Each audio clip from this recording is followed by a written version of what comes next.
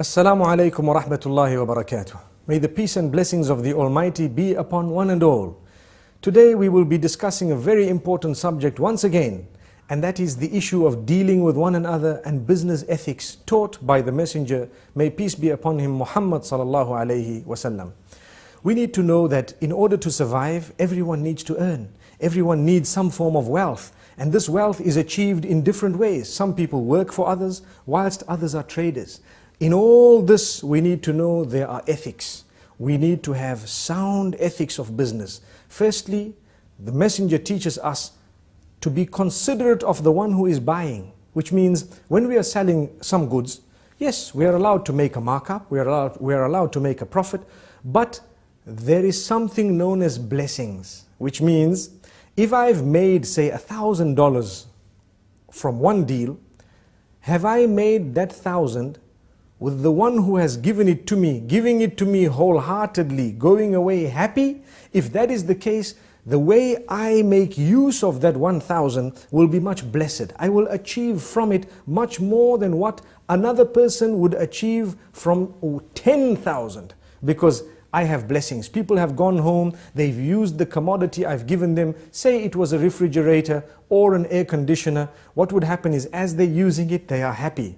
It cools the room. The deal was good. The next time they pass another shop besides ours, they see the same thing, they find it $5 more. So what they purchased it for was $5 less. They will smile and say, I got a good deal. That smile and that feeling is an automatic prayer for the one who has sold that particular item, which would happen to be us. So what would happen, we need to know very importantly, the blessings are far more important than the deal itself. So never rip somebody off. Like, sadly, what happens, a person has a price for some goods that they are selling, and they will tell you as you enter, this is $200. And as they are speaking to you, a man looking very rich, smelling very rich, walks in. And he asks, how much is this? And they happen to look at him, top to toe, and then they say, $250. Well, where did the 50 come from? That is snatching away the blessings of that deal. Just because of what he looks like, you want to charge him more. As Muslims, we are taught that that is wrong, incorrect, unacceptable. You're snatching the blessings away from your deal. In fact, if you want to drop a price because of someone walking in, then you may do so. But to raise the price is wrong. We ask the Almighty to grant us blessings.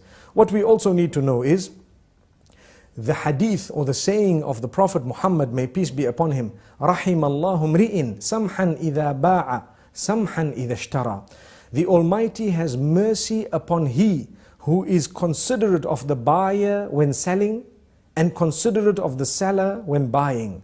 This means, just like I would like a deal, I need to give somebody else the same deal. So when I am buying my goods, I do not squeeze the young man who is selling this product so much that he also has not made a profit. He has family, he has responsibilities, he has duties, he's looking for a good deal. So we should deal in such a way that yes, it's a good deal for us, and at the same time he goes away happy. He is smiling, he's made his profit, perhaps not as much as he wanted, but there is some form of a profit and he goes away happy.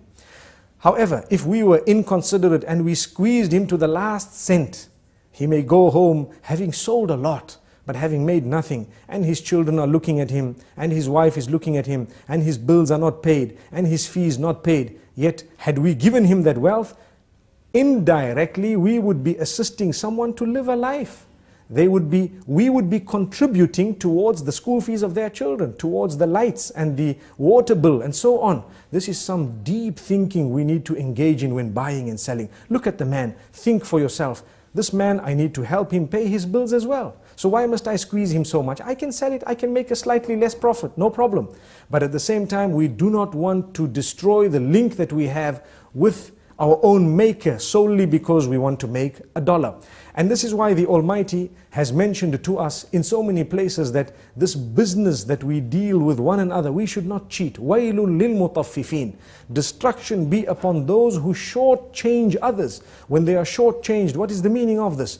Which means when we are counting for ourselves, we count more. And when we are counting against ourselves, we count less. A person has a smaller deal this way and a bigger deal the other way. Why is that the case? case. The Messenger, peace be upon him, once went into the market and he put his hand into some dates. At that time they were selling dates in the market, and when he put his hand into the dates, he noticed bad dates at the bottom and the good dates at the top. So people would come in and order the dates looking at the top and maybe perhaps tasting one or two, and they would say, give me so much of this and so much of that. And what would happen is, as the dates were being put into their bags, the bad dates from the bottom were being put in. So the Prophet ﷺ warned this man, and he said, Man ghashana falaysa minna. Whoever cheats us is not from amongst us. Whoever wants to engage in this type of deception cannot claim to be a Muslim. Now today you have some businessmen, very faithfully, they might pray 5 times a day. They might have a good link according to them with their maker. But they write a check knowing that I don't have the funds. Sometimes intentionally mis-signing, signing a wrong signature just to buy some time.